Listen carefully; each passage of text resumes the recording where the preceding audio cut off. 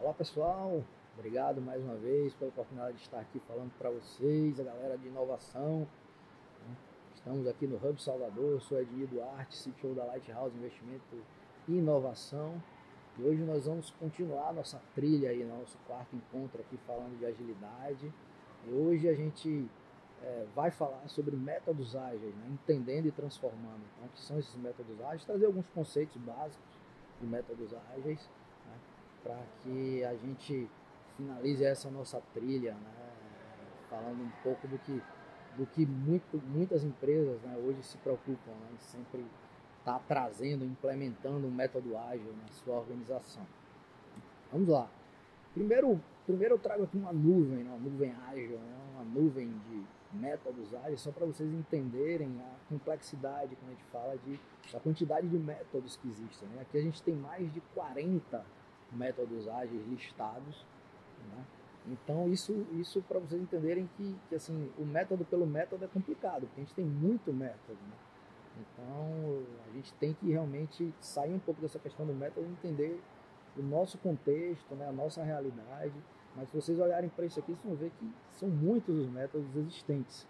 A gente tem que entender realmente qual o melhor método, qual a melhor ferramenta para a gente utilizar, né? Então, 3 verdades simples aí, quando a gente fala de métodos ágeis, né? É impossível reunir todos os requisitos no início de um projeto. É muito difícil hoje, pessoal, ainda mais em um momento de pandemia, a gente conseguir reunir, fazer um planejamento mais longo e entender todos os requisitos no início do projeto, né? Então, quaisquer que sejam os requisitos de um projeto, é garantido que eles vão mudar, e hoje em dia muito mais, né? Tudo vai mudar, né? É a única certeza que a gente tem. Sempre haverá mais a fazer do que tempo e dinheiro que você dispõe, né? Isso não tem jeito. Em tecnologia a gente fala muito, né? A gente nunca vai ter time suficiente. Não é só em tecnologia, é principalmente em tecnologia. A demanda aumentou muito. A gente nunca vai ter time suficiente para fazer tudo que a gente tem para fazer, e nem dinheiro, né? Então os métodos ágeis vêm endereçar isso de uma forma muito interessante, né?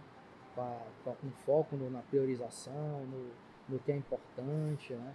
Então, testando rápido, garantindo que você pivote rápido. Então, essas 3 verdades aqui, principalmente hoje, são muito claras, né?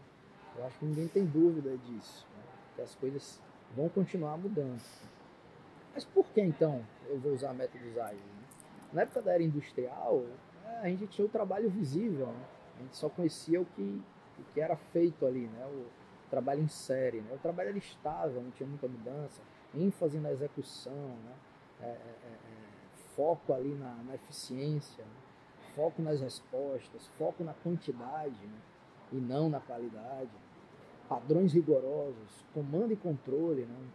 Uma hierarquia muito forte, medição de desempenho rigoroso, né?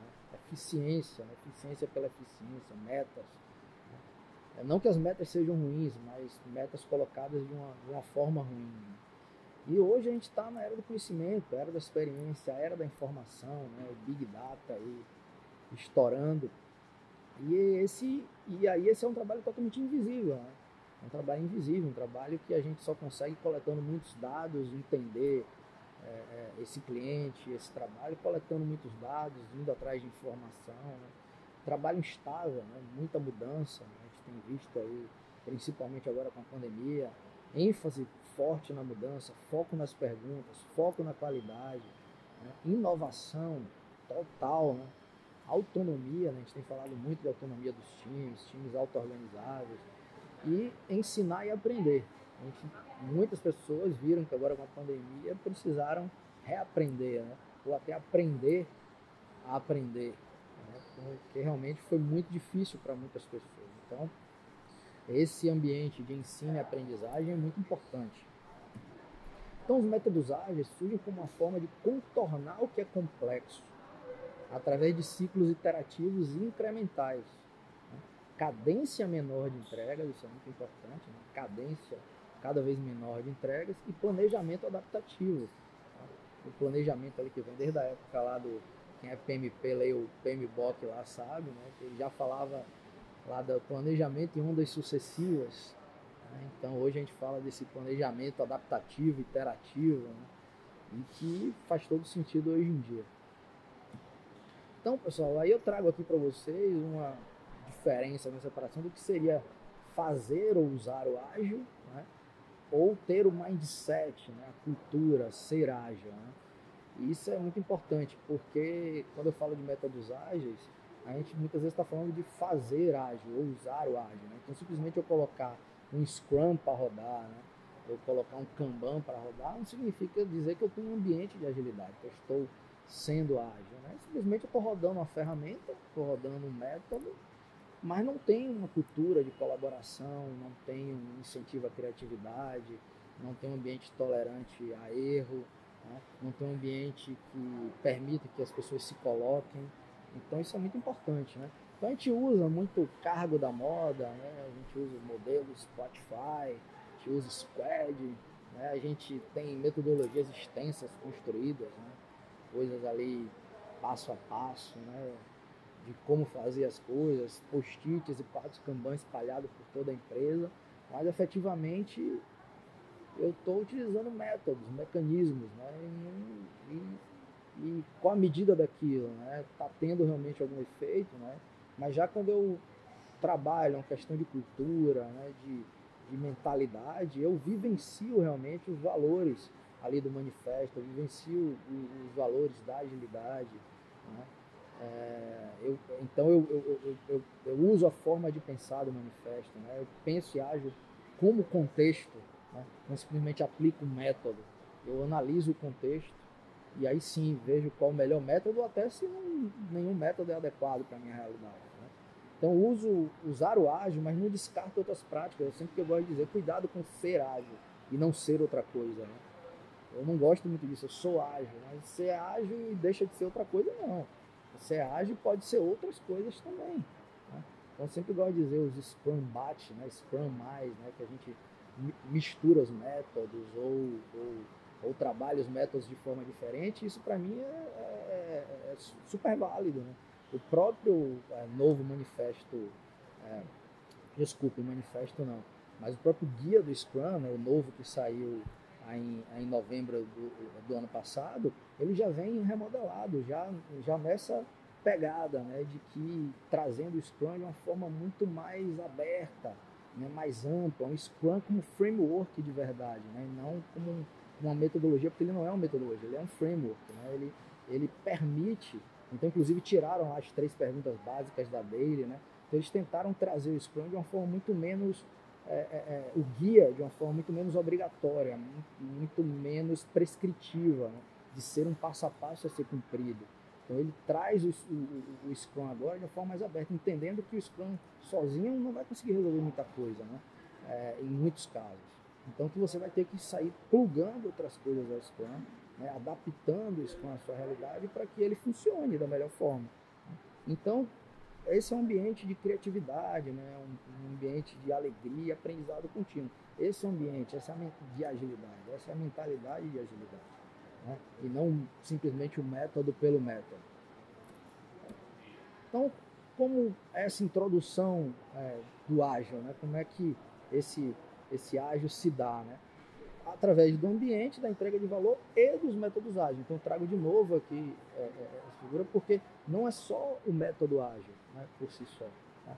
Tem que ter um ambiente, tem que ter uma proposta de valor, né, para esse cliente, não só para o cliente, para os colaboradores. Né?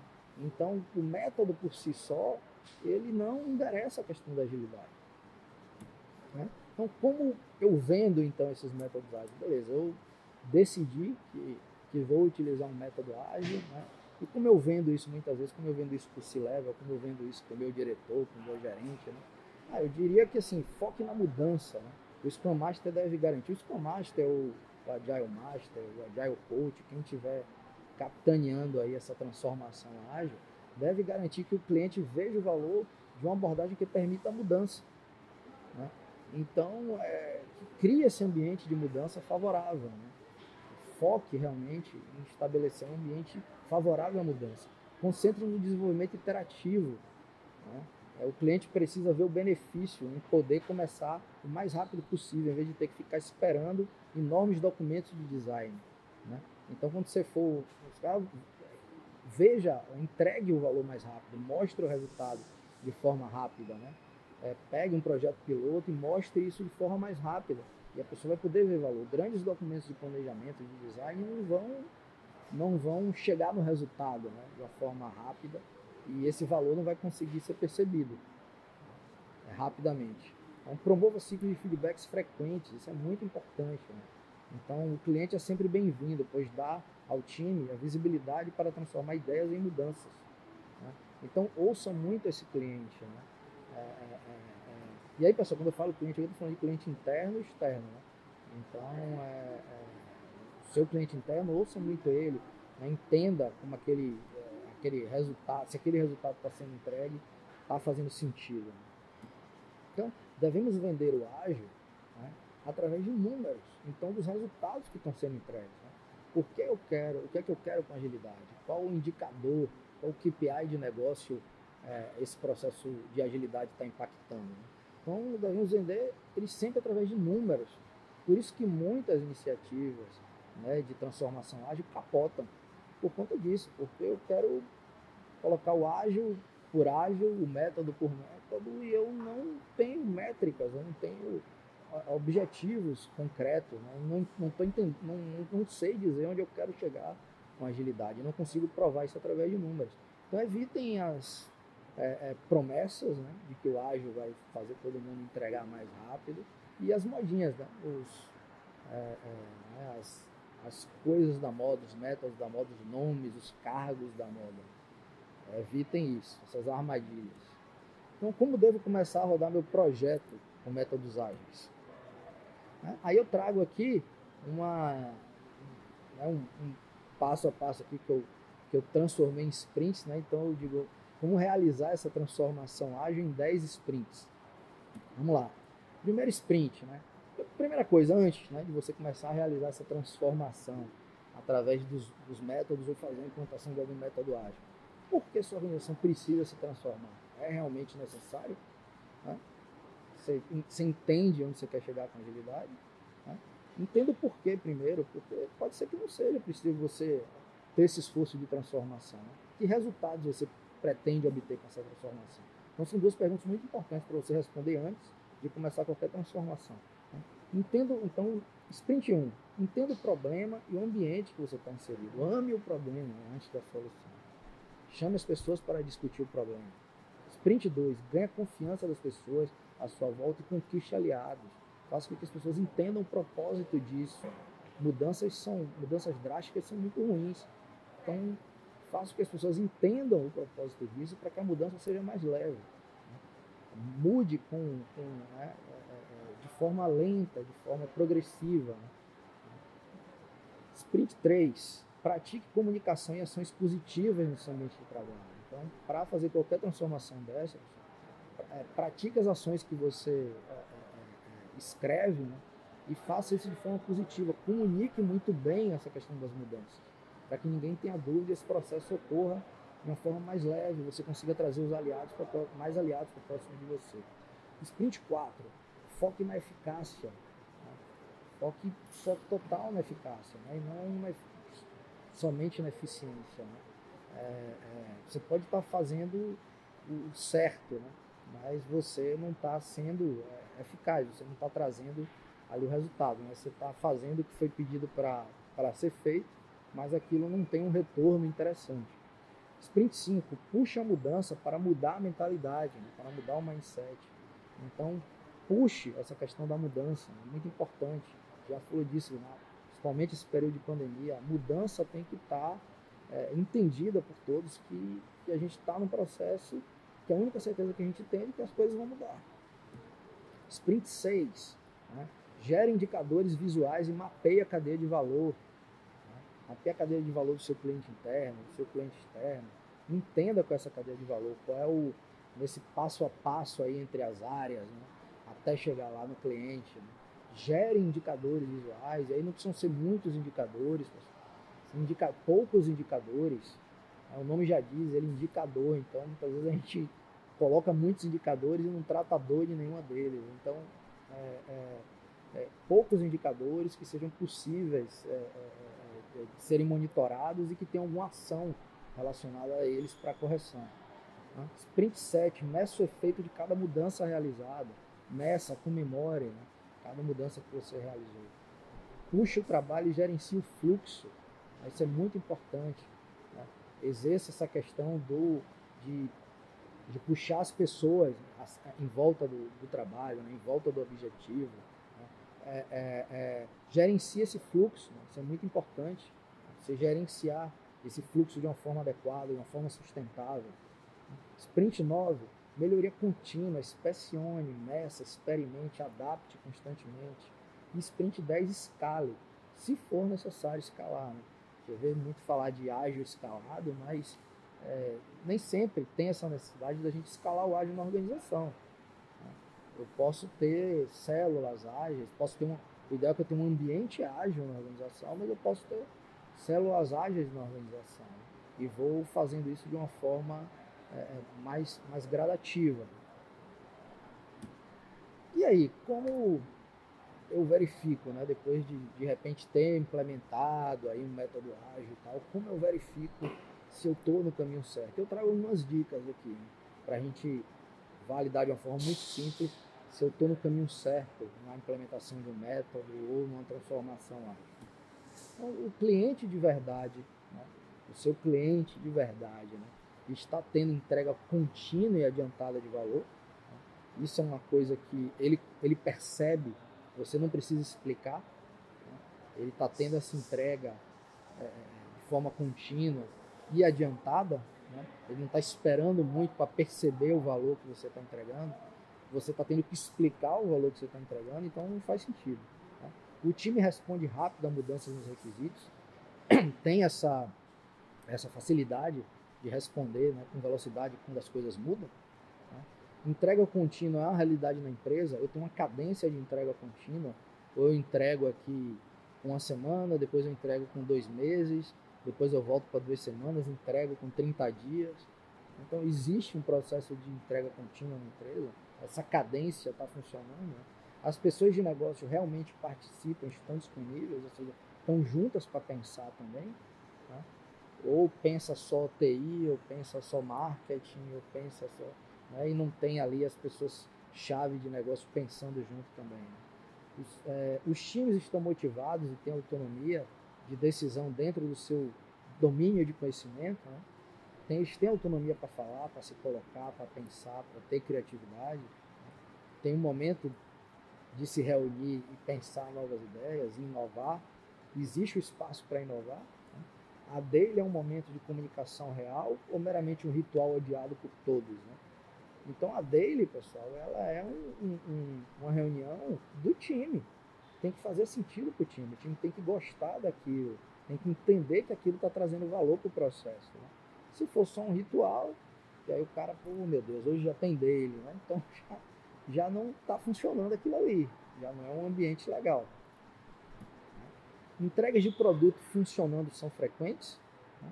Ou seja, a maioria das entregas que eu faço, a grande maioria das entregas que eu faço, realmente tem produto funcionando, ou eu estou entregando coisas que muitas vezes não funcionam, não tem qualidade ou são incompletas. Né? Porque a gente sabe que quando a gente sai de um sprint, a gente tem que entregar um incremento de produto pronto, usável, né? Funcionando. Né? Então, estou entregando produto funcionando ou estou entregando muita coisa que não funciona ou que não tem valor. Né? Há um ritmo sustentável de execução do fluxo de desenvolvimento, ou seja, você está tendo uma cadência de entrega boa, está entregando rápido, mas isso está sendo no ritmo sustentável ou você está penalizando a empresa, penalizando principalmente o time, né? Fazendo muita hora extra, né? Criando situações complicadas para o time no dia a dia. Né? Os times não são atropelados quando desejam atuar com excelência técnica e de design. Quando o cara quer fazer uma coisa melhor, quer trabalhar realmente uma solução com mais excelência, ele tem esse espaço, ele pode se colocar. Né?